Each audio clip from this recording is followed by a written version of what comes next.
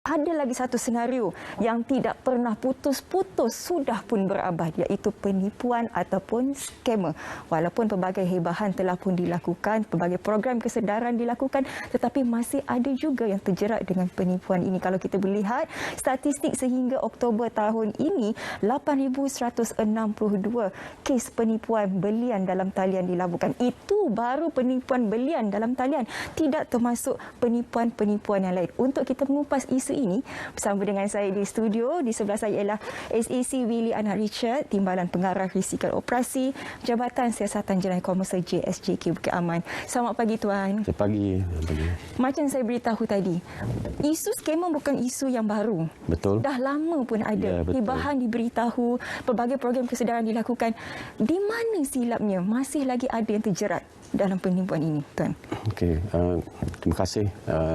Kalau kita lihat daripada senario yang ada sekarang, kebajikan usaha telah dijalankan oleh pihak JSJK untuk memberi pendedahan dan juga untuk memaklum kepada masyarakat berkaitan dengan jenayah dalam talian. Tetapi kebelakang ini masih banyak lagi yang jenayah-jenayah dalam talian berlaku. Jadi kalau kita lihat daripada segi siasatan yang telah dapat kami jalankan, kami dapati kes-kes penipuan dalam talian ini begitu rancak sekarang kerana kebanyakan semasa MCO ni masyarakat menggunakan aplikasi internet dan juga kita punya handphone. Jadi kenapa masih berlaku perkara-perkara ini adalah kerana kita sebagai masyarakat ni di Malaysia ni, kita masih mudah percaya kepada apa yang mereka lihat dalam internet, daripada FB yang mereka dengar, tanpa membuat semakan dengan pihak yang berkuasa, dan juga untuk mendapat pendapat daripada rakan-rakan mereka berkaitan apa yang mereka lihat. Kerana mereka berfikir benda itu adalah benar, tapi sebenarnya skamer sedang menipu mereka. Dan daripada segi lain, kita dapati kita punya masyarakat ni masih mereka panik dan takut, cepat panik dan takut apabila mereka menerima panggilan daripada yang skamer yang mendakwakan mereka daripada agensi penguatkuasa seperti polis, mahkamah, daripada SPRM, daripada LHDN. Jadi bila mereka dapat tu saja, mereka terus takut dan mereka ikut saja apa kehendak mereka ada. Ini masalahnya Tuan. Adakah ada sebarang kebarangkalian sebenarnya daripada uniform ini akan menghubungi pelanggan-pelanggan di rumah? Ada atau tidak? Itu yang sentiasa ditekankan oleh pihak kami dan juga daripada pihak Ketua Polis Negara bahawa agensi penguatkuasa tidak akan menghubungi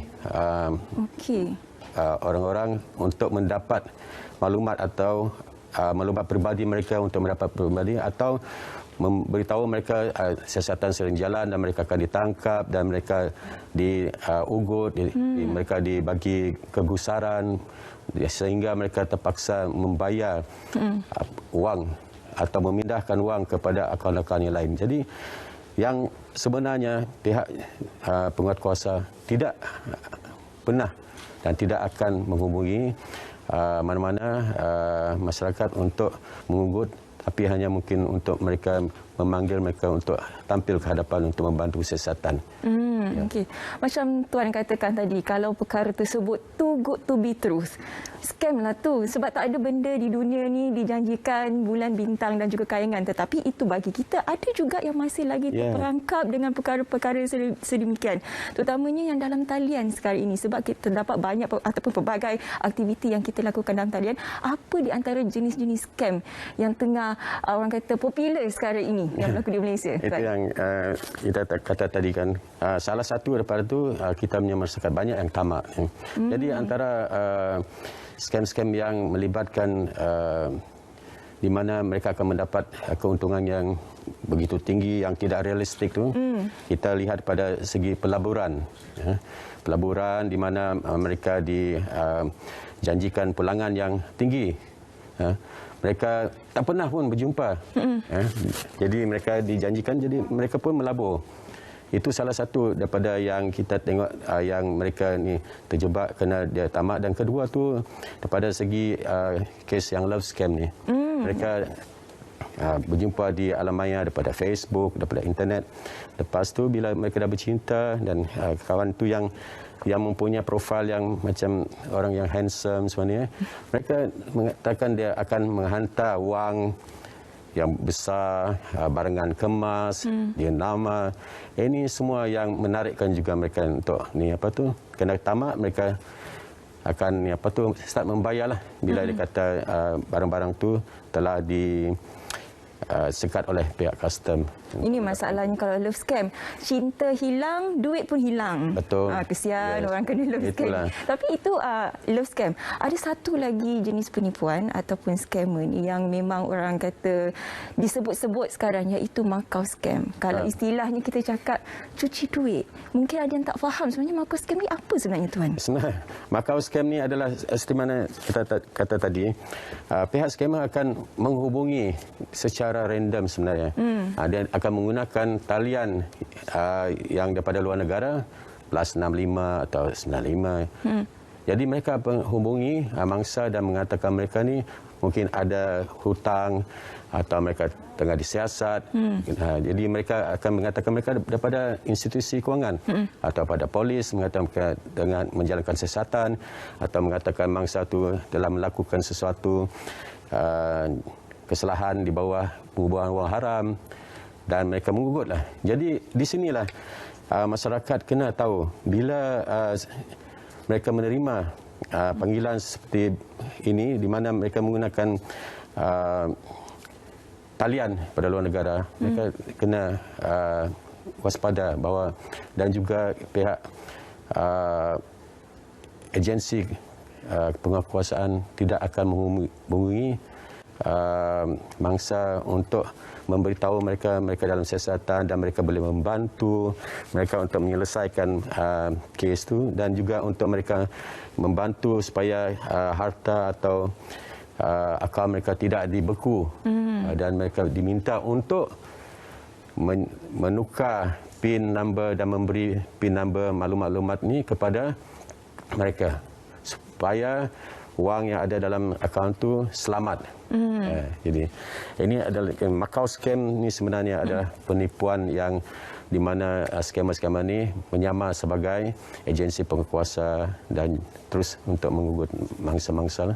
Okey, macam saya sebutkan tadi mengenai cuci duit. Duit itu memang kita tahu dah memang salah dari segi undang-undang. Tetapi andai kata duit itu diberikan kepada seseorang untuk digunakan sebagai satu pelaburan, adakah orang yang menerima duit itu akan dikenakan hukuman walaupun dia tidak tahu apa-apa, Tuan? Kita kena tahu apakah definisi cuci duit itu sebenarnya. Cuci duit ni sebenarnya adalah wang kedapatan salah. Jadi kalau wang tu adalah hasil daripada pekerjaan saya yang sah, saya membeli barang dan invest di sana, itu bukan mencuci wang.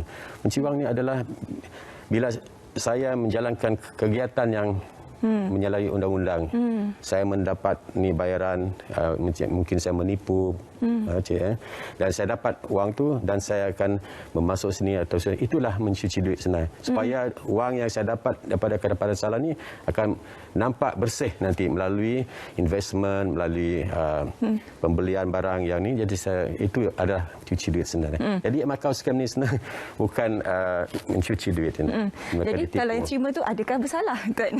Of course, kalau yang scammer yang menerima wang yang hasil daripada penipuan tu adalah salah. Okey, jadi kena berhati-hatilah kalau ada orang tiba-tiba nak memberikan duit permulaan untuk perniagaan terlalu banyak, too good to be truth, kena berhati-hati. Betul. Kena lakukan semakan di situ. Okey, bila kita bercakap mengenai love scam tadi, kita dah tahu modus operandinya bagaimana. Tetapi bagaimana sebenarnya scammer-scammer ini memilih sasaran mereka?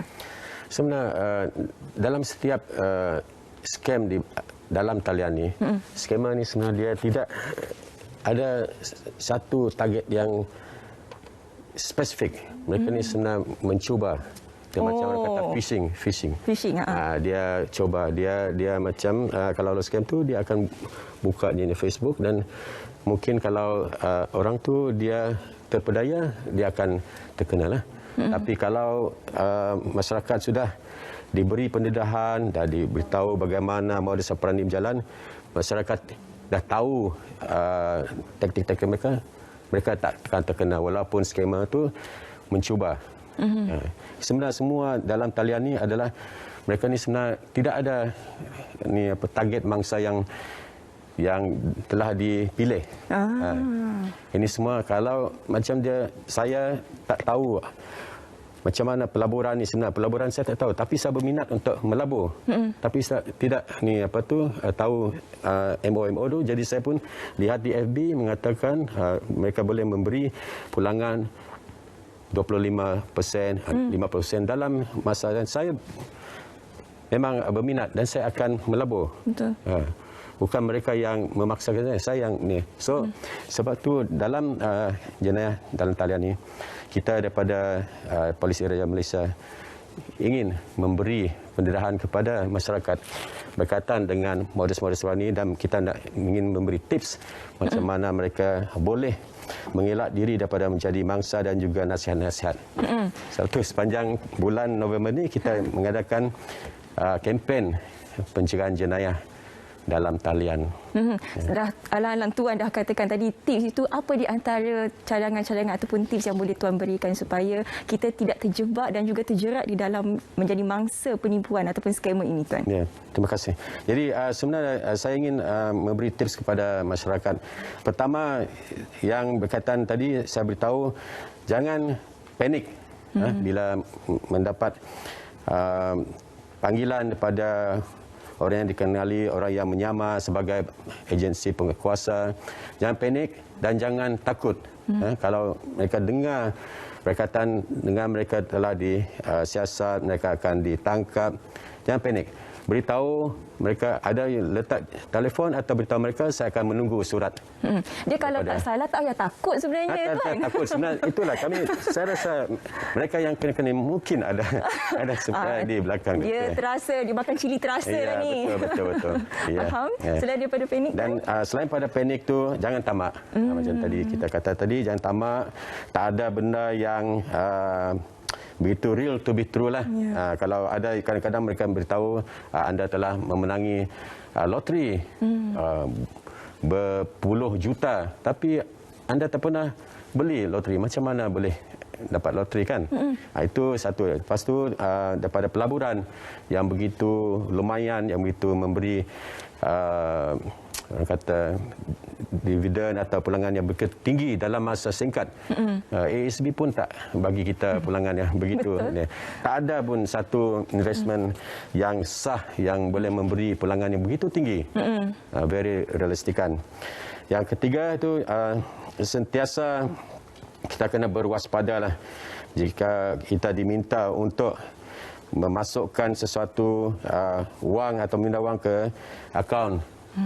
Mungkin dalam kita membuat pembelian atas talian. Jadi kita kena banyak sekarang kes-kes yang melibat belian atas talian ni, kena mereka begitu tertarik dengan barangan-barangan yang mewah, barangan kereta yang mewah, tapi dengan harga yang rendah.